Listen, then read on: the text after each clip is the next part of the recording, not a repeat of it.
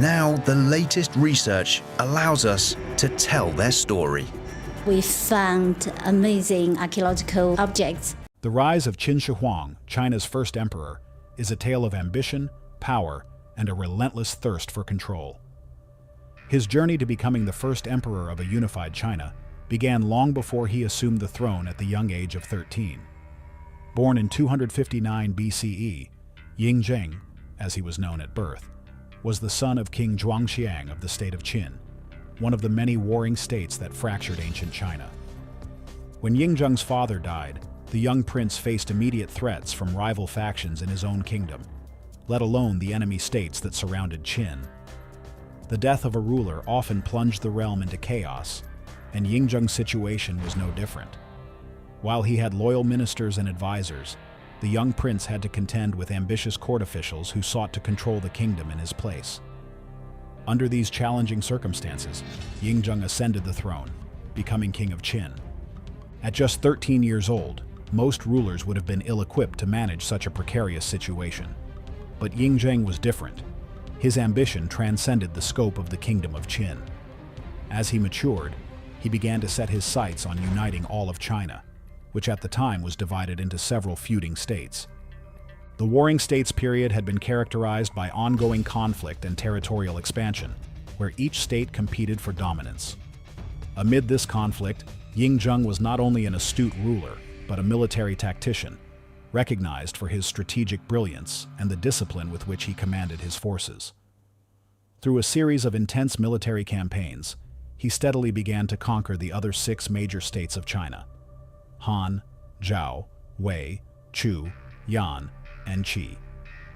By 221 BCE, he had successfully brought these states under his rule, and China was unified for the first time in its history. Yingzheng's victory was not just political, it was revolutionary. No longer would China be divided into warring factions. It would be governed by a single emperor. Upon his triumph, he took the name Qin Shi Huang, which means First Emperor of Qin. His ambition and vision for China knew no limits, and he set out to create a legacy that would ensure the survival of his reign for millennia. Unifying China. Qin Shi Huang's reign was not merely about conquering the warring states. It was about establishing the foundations for a unified, powerful empire that would endure long after his death. His first move as emperor was to overhaul China's fractured political system, creating a uniform, centralized administration. Prior to Qin Shi Huang's rise to power, each state had its own distinct systems of laws, currency, weights, and even writing. In order to unify the country, he introduced sweeping reforms that standardized all these elements. One of the most significant reforms was the unification of the written language. Prior to Qin Shi Huang, each region had its own script, which made communication and governance difficult. By creating a unified script, Qin Shi Huang ensured that all citizens could understand and communicate effectively, regardless of region. Similarly, he standardized the currency used across the empire. Before this, each state had its own currency, which created confusion and inefficiency in trade. With a single currency system, Qin Shi Huang facilitated smoother economic transactions across the empire. Qin Shi Huang also sought to standardize units of measurement. From weights and measures to the size of cart axles, everything was standardized to create consistency in trade, taxation, and infrastructure. This allowed for the efficient movement of goods, soldiers, and messages, promoting both economic growth and military control. In addition to these administrative reforms, Qin Shi Huang introduced strict laws to maintain order and ensure his control over the vast empire. Local rulers were replaced with officials who were directly appointed by the emperor, and a centralized bureaucracy was established. This ensured that no single region or individual could gain too much power and challenge Qin Shi Huang's rule. However, while these reforms strengthened his empire, they also revealed a darker side of the emperor's character. Qin Shi Huang's absolute power was reflected in his harsh and often brutal policies. He enforced strict laws, and those who opposed him were swiftly punished. His infamous burning of the books and burying of the scholars campaign in 213 BCE is one of the most controversial episodes of his reign. During this time, thousands of books were burned, and scholars who opposed the emperor were executed. This act was meant to eliminate dissent and to consolidate his control over the intellectual landscape of China. Despite the harshness of his rule, Qin Shi Huang's vision for a unified China and his administrative reforms laid the groundwork for the future stability and prosperity of the empire.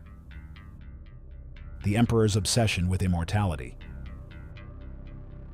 Although Qin Shi Huang had unified China, there was one thing he could not control: death. The fear of his own mortality began to haunt the emperor as he grew older, and it became an obsession that would shape his final years. As a ruler who had conquered vast lands and established a powerful empire, Qin Shi Huang found it impossible to accept that death could bring an end to his reign. In search of immortality, Qin Shi Huang turned to alchemists, magicians, and scholars. He sent emissaries to distant lands in search of mystical herbs and potions that could grant him eternal life. Some of these expeditions were even sent across the seas to islands rumored to harbor magical elixirs of immortality. One of the substances that Qin Shi Huang believed could prolong his life was mercury. While mercury was known to have medicinal properties in small quantities, it is also highly toxic. Nevertheless, the emperor consumed mercury in large doses, hoping it would grant him eternal youth. Unfortunately, this reckless pursuit of immortality would ultimately have disastrous consequences. Mercury poisoning is thought to have contributed to his declining health in the latter years of his reign. Despite the growing health problems caused by his obsession, Qin Shi Huang remained steadfast in his belief that he could conquer death. His obsession with immortality also extended to his afterlife, and he began to plan for his burial in a way that would reflect his desire for eternal power. The creation of the tomb and the terracotta army. In his quest to secure his legacy and ensure that he would continue to rule in the afterlife, Qin Shi Huang ordered the construction of a massive underground tomb. This tomb, located near Mount Li, was not simply a burial site. It was designed to be an entire kingdom beneath the earth. The emperor's vision for the tomb was grander than anything seen before. It would include replicas of his palaces, administrative buildings, and even an army to protect him in the afterlife. He wanted to create a kingdom where he could continue to rule after death, just as he had in life. To accomplish this, he ordered the labor of hundreds of thousands of workers, including soldiers, craftsmen, and peasants. Over the course of several decades, these workers constructed a massive complex, complete with cities, gardens, and ceremonial halls. Perhaps the most famous feature of the tomb is the terracotta army. This army of life-sized clay soldiers was created to serve and protect Qin Shi Huang in the afterlife. The figures are incredibly detailed, each one with unique facial features, hairstyles, and expressions. The soldiers were arranged in battle formations, and they were equipped with bronze weapons, ready to defend the emperor's tomb from any intruders. In addition to the soldiers, the tomb complex included a variety of other figures. These included acrobats, musicians, and officials, each crafted with the same level of detail. Some of the figures were even mounted on chariots, ready for battle. These figures were not just symbolic, they were meant to serve the emperor in the afterlife, ensuring that his power and influence would continue even after his death. The construction of the tomb and the terracotta army was a massive undertaking, and it would take nearly 4 decades to complete. However, the project was never fully finished. After Qin Shi Huang's death in 210 BCE, the construction stopped abruptly, leaving parts of the tomb unfinished. The discovery of the tomb. For over 2 millennia, the tomb of Qin Shi Huang remained hidden, concealed beneath the earth. The emperor's burial site was so well protected that it was not until 1974 that its existence was discovered by a group of farmers digging a well near the city of Xi'an. The farmers struck something hard underground, and as they dug further, they unearthed fragments of clay. What they had discovered was the edge of one of the greatest archaeological finds in history, the terracotta army. As the excavation continued, more and more soldiers, chariots, and horses were unearthed. The discovery of the terracotta army was a momentous event, as it revealed the extraordinary scale and craftsmanship of Qin Shi Huang's tomb. Since then, more than 8,000 individual soldiers have been uncovered, and many more are believed to remain buried. The terracotta army provides a glimpse into the military and cultural life of ancient China. The figures are not only remarkable for their size and detail, but also for their diversity. Each soldier is unique, with different facial features, expressions, and hairstyles. Some soldiers appear stern and focused, while others have softer, more relaxed expressions. In addition to the soldiers, archaeologists have uncovered a wide variety of other figures, including acrobats, musicians, officials, and animals.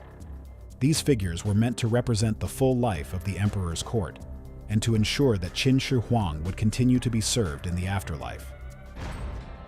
The deadly traps. While the terracotta army has garnered much attention, the central tomb of Qin Shi Huang remains untouched. According to ancient texts, the emperor's tomb was designed to be heavily guarded, not just by soldiers, but also by deadly traps. Sima Qian, the ancient historian, described the tomb in his records of the Grand Historian, stating that it was protected by a series of mechanical traps, including crossbows, rigged to fire automatically at anyone who entered. The presence of these traps has been the subject of much speculation over the years. Early historians dismissed them as exaggerations, but modern scientific research has confirmed the existence of high levels of mercury in the soil surrounding the tomb. This discovery suggests that the rivers of mercury, as described by Sima Qian, may indeed be real. The mercury was believed to flow through channels, mimicking the great rivers of China, such as the Yangtze and the Yellow River. The tomb was also said to contain mechanical devices, including crossbows, that could be triggered by intruders. These traps were designed to kill anyone who dared to enter the tomb, ensuring that Qin Shi Huang's body would remain undisturbed for eternity. The reluctance to open the tomb. Despite the discovery of the terracotta army and other sections of the tomb, the central burial chamber remains sealed. The risks involved in opening the tomb are significant, and many experts believe that it may never be opened due to the potential dangers. One of the primary concerns is the presence of mercury. Even small amounts of mercury vapor can be harmful, and scientists fear that opening the tomb could release toxic fumes. The tomb is also said to be protected by traps, and while it is unclear whether these mechanisms are still functional, the potential for danger remains high. Preserving the tomb and its contents is another major concern. The figures of the terracotta army were damaged by exposure to the air, with their vibrant paint fading quickly once they were unearthed. The delicate nature of the tomb's artifacts makes it imperative that any exploration is carried out with extreme caution. For now, the tomb remains sealed, a mystery hidden beneath the earth for over 2 millennia. Some experts believe that one day, technology will advance to the point where it will be safe to open the tomb. Others argue that the tomb should remain undisturbed to protect its secrets and preserve its contents for future generations. The legacy of Qin Shi Huang. Qin Shi Huang's legacy is one of both brilliance and controversy. His unification of China and the reforms he instituted laid the foundation for the country's imperial system, which would endure for centuries.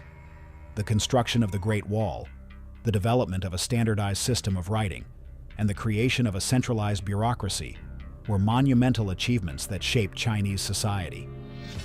Yet, his reign was also marked by brutality. His campaign to eliminate dissent through book burnings and the execution of scholars left a dark mark on his rule. His obsession with immortality and his disregard for the health consequences of mercury poisoning ultimately led to his premature death, leaving a legacy of both greatness and tragedy. Despite the controversies, Qin Shi Huang is remembered as one of China's most significant and transformative emperors. His tomb, with its terracotta army and mysterious traps, stands as a testament to his ambition, his vision for eternal power, and his relentless pursuit of immortality. Whether or not the tomb will ever be opened, its secrets will continue to captivate the world for generations to come.